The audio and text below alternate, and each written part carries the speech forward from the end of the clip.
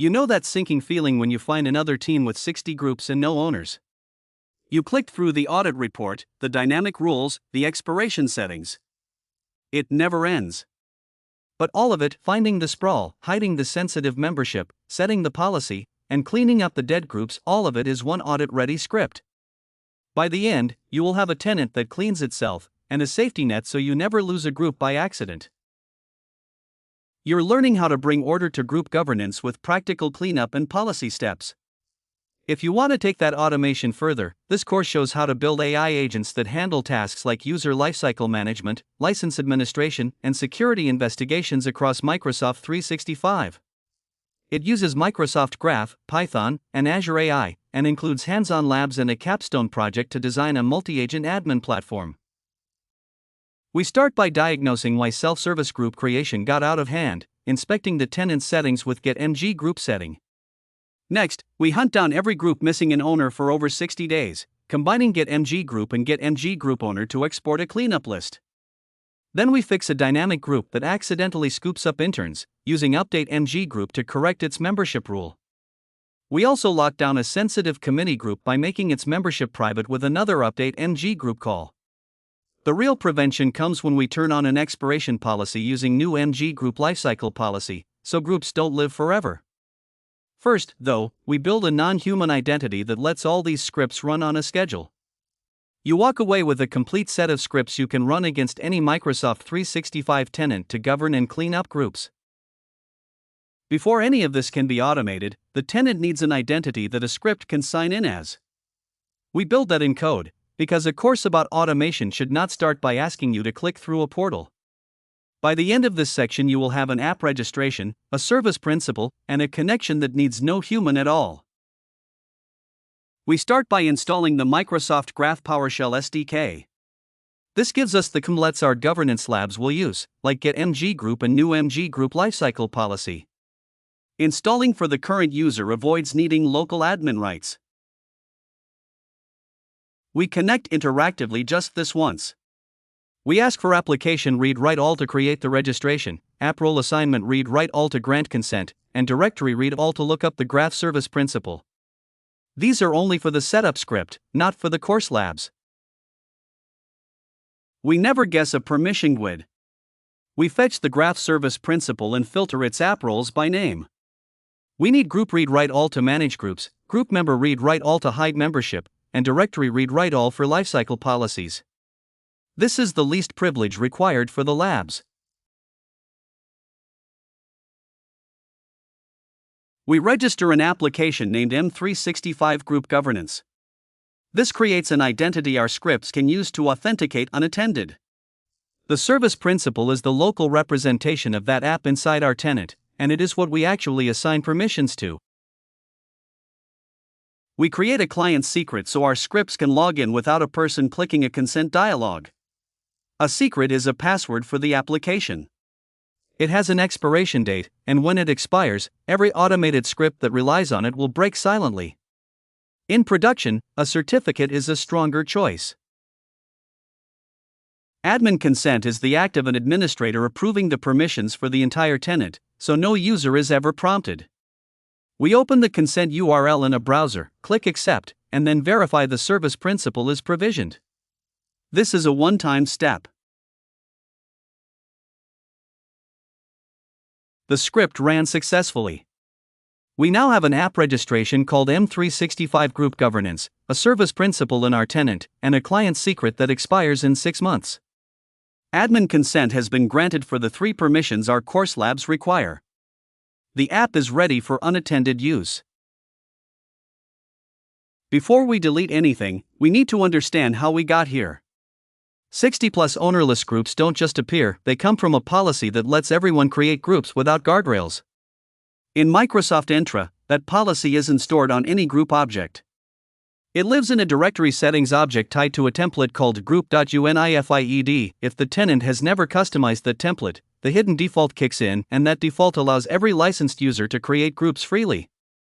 So our first move is to pull that settings object and inspect 2 values, enable group creation, which is the master switch, and group creation allowed group ID, which would scope creation to a specific security group if it were set. If we see enable group creation equals true and no scoping group, we've found our root cause. Let's go check. I'll run get mg group setting to see all directory settings, then filter for the group.unified template and expand its values collection. We expect to see enable group creation set to true with no group creation allowed group ID, confirming unrestricted creation. First, get mg group setting with no filters returns every directory settings object in the tenant, showing their ID, display name, and values. Then we store the result of that same complete pipe through where object to grab only the object whose display name equals group.unified. That's the template controlling Microsoft 365 group creation. Finally, we access the values property on that object to see the individual policy key value pairs inside. There's our group.unified settings object. Expanding values shows enable group creation is true, and group creation allowed group ID is present but has no value, meaning no security group restricts who can create groups. Every licensed user can create at will. That's the root cause of the sprawl. And notice, if get mg group setting had returned nothing at all, that wouldn't mean creation is locked down, it would mean the tenant is on the hidden default, which is also unrestricted. Either way, the door was wide open. Now we know why we have 60 plus ownerless groups, and we can start fixing it. An audit says you have over 60 ownerless groups, but you can't just trust that number, you need your own current list. Microsoft Graph has no built-in report for groups with 0 owners, so you have to assemble it yourself. That means pulling every group in the tenant, then asking for each group's owners one by one. It's expensive, it's slow, and if you're not careful, throttling can kill the script halfway through without you noticing. In this step, you'll run that exact audit and watch for the creation dates that show how long these groups have been sitting unowned. The CSV you produce is what you'll match against the audit finding in the next step. I'm going to grab every group, loop through them to count owners, and export the ones with 0 owners to a CSV. Watch the console, you'll see the list build, and the creation dates will tell you how stale some of these really are.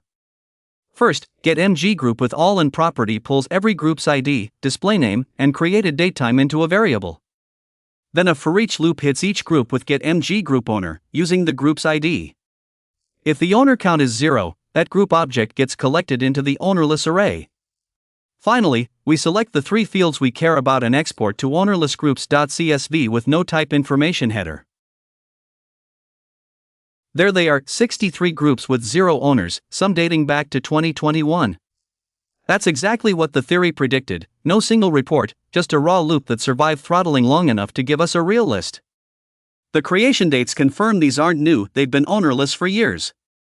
If your script had hit a 429 and stopped silently, you'd have an incomplete file and never know it. Now you've got the CSV to match against the audit finding. A dynamic group with a rule that only checks department is a magnet for anyone in sales, including interns, who shouldn't have the same tool access.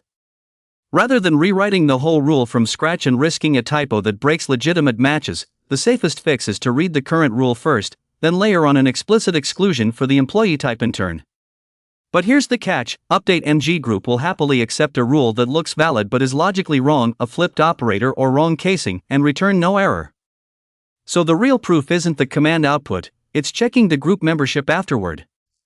In this step you'll pull the rule, tighten it, and then confirm the fix took hold. First you'll retrieve the current membership rule and processing state for the sales tools group. Then you'll update the rule to exclude interns by employee type, and the output will show the processing state is on, but the real test comes later.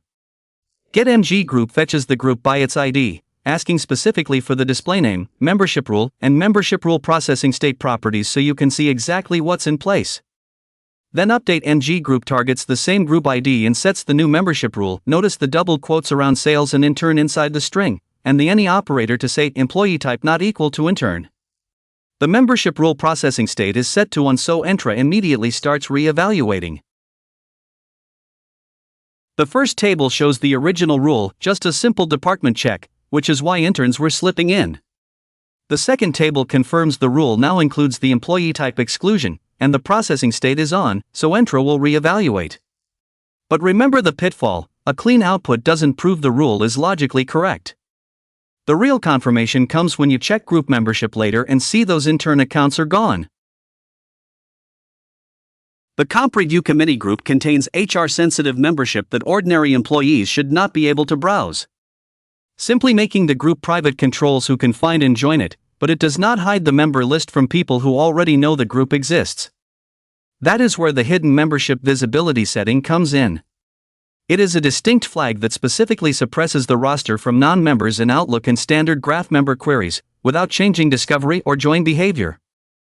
In this step, you will apply that flag to the group and then verify that the visibility property now reports hidden membership. Watch the output closely. The group's display name stays the same, but the visibility field changes, confirming the member list is now concealed. You will run update MG group to set the group's visibility to hidden membership, then immediately read back the display name and visibility properties. The output will show the same group name but with visibility now reporting hidden membership. First, update MG group targets the sensitive group using its object ID stored in the variable. The visibility parameter is set to the string hidden membership, which is the exact value Microsoft Graph expects for this setting. This call returns no output on success. Then getMG group retrieves the same group, requesting only the display name and visibility properties to keep the output clean and focused on what changed. The output confirms the group's display name is unchanged, but the visibility column now reads hidden membership. This means non-members can no longer enumerate the roster through Outlook or standard graph queries. Keep in mind the pitfall: if this group had an active membership before the change, some Outlook clients may still show a cached member list for a short period, but new queries will respect the hidden setting. Without a lifecycle policy, unused Microsoft 365 groups pile up forever, cluttering the directory and creating security blind spots. The fix is a tenant-wide expiration policy that automatically removes groups after a set period of inactivity. But here's the catch: a tenant can only have one lifecycle policy. If you try to create a second, you'll get a hard conflict error. So the safe approach is to always check first with getMG group lifecycle policy, then create or update as needed. We'll also manually renew the sales team group from our earlier project, because it's legitimately active and we don't want it caught in the automatic cleanup. Watch for the policy object coming back with an ID, and the renew call returning a silent 200 for success. First, we'll check for any existing lifecycle policy, then create a new one with a 365-day expiration on all groups, and finally renew the sales team group manually. The policy creation returns an object with an ID, and the renew call returns nothing but a 200 for no content status.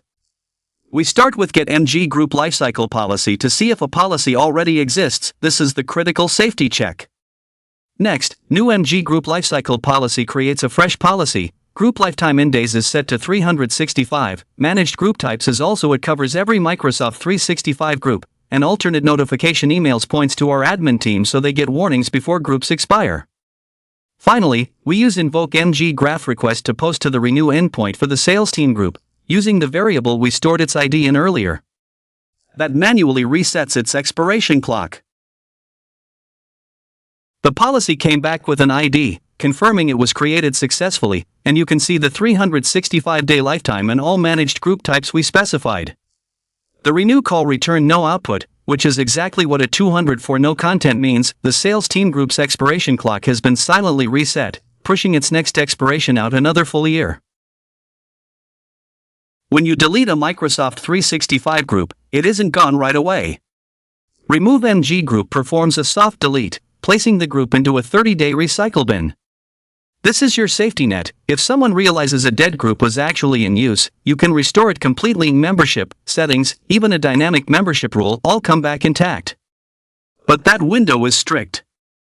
After 30 days, the group is permanently purged, and if it was a dynamic group whose rule only lived inside the group object, that rule is gone forever. So before you commit to bulk cleanup, you need to see the delete, confirm it lands in deleted items, and prove you can bring it back. That's exactly what you'll do now. You'll delete a group by its ID, verify it shows up in the directory's deleted items, and then restore it. Watch the output. The group vanishes from standard queries, but a deleted item lookup finds it, and the restore brings it back fully intact. First, remove MG group with the group ID parameter targets the specific dead group. Next, get MG directory deleted item uses that same ID to prove the group is now in the soft delete recycle bin. This is the call that confirms you didn't hard delete it. Finally, restore MG directory deleted item reverses the process, pulling the group out of deleted items and back into active use. All three commands use the same directory object ID, showing the object persists through the entire lifecycle. After the remove, the group no longer appears in Get MG group results. But look at the deleted items output, there's the same ID, with a deleted date timestamp. That timestamp starts the 30-day clock. Because you restored it immediately, the group is back with every setting intact. If this had been a dynamic group, its membership rule would be safe, but if you'd waited 31 days, that rule would be unrecoverable, even if you recreated a group with the same name. We moved from diagnosing runaway group creation to setting expiration policies and cleaning up with remove MG group, all through scripts you can run again and again. The single most useful thing to carry away is that a well-placed invoke MG graph request can fill the gap when a dedicated commit is missing, turning a manual policy step into a repeatable automation.